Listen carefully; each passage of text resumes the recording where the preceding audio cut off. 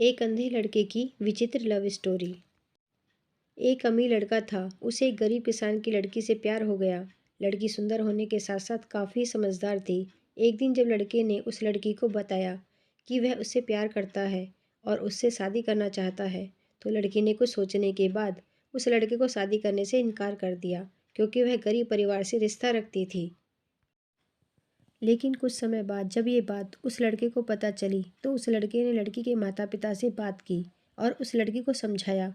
काफ़ी समझाने के बाद वह लड़की मान गई और दोनों की शादी हो गई। शादी के बाद लड़का उसे बहुत प्यार करता था। दोनों का दाम्पत्य जीवन काफ़ी अच्छा चल रहा था। लेकिन कुछ महीनों बाद लड़की को चर्म रोग स्किन डिसीज हो गया, जिसके कारण उसकी खूबसूरती ढलने लगी। अब लड़की को यह डर भी सताने लगा कि उसकी खूबसूरती ढलने के कारण कहीं उसका पति उसे छोड़ ना दे।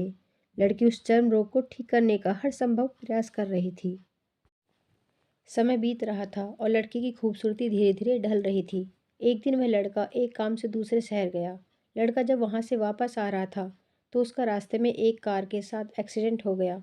उस दुर्घटना के दौरान लड़के की आंखों की रोशनी चली गई। इस दुर्घटना के कुछ समय के बाद उनका जीवन फिर से सामान्य और सुखी बीतने लगा। वह लड़की चर्म रोग की वजह से दिन प्रतिदिन कमजोर और बदसूरत होती गई, लेकिन पति अंधा होने के कारण उनका दाम्पत्य जीवन ठीक चलता रहा और दिखाई न देने के कारण वह लड़का उससे पहले की तरह प्यार करता रहा। कुछ सालों के बाद बीमारी के कारण उस लड़की की मृत्यु हो गई। पत्नी की मृत्यु होने के बाद वह लड़का अंदर से दुखी हो गया और वह शहर छोड़कर जाने वाला था। तभी उसके पड़ोसी ने उसे सांत्वना देते हुए कहा, अब आप तो अपनी पत्नी के बिना अकेले पड़ जाएंगे। वह आपका काफ़ी ख्याल रखती थी। अब आपका जीवन अंधकार में कैसे व्यतीत होगा। तब उस लड़के ने अपने पड़ोसी की ओर देखा और गहरी सांस लेते हुए कहा, मैं कभी अंधा था ही नहीं, लेकिन मैं यह सोचकर अंधे होने का नाटक करता रहा कि कहीं मेरी पत्नी को उसकी बीमारी और बदसूरती के कारण यह ना लगे कि मैं उससे प्यार नहीं करता।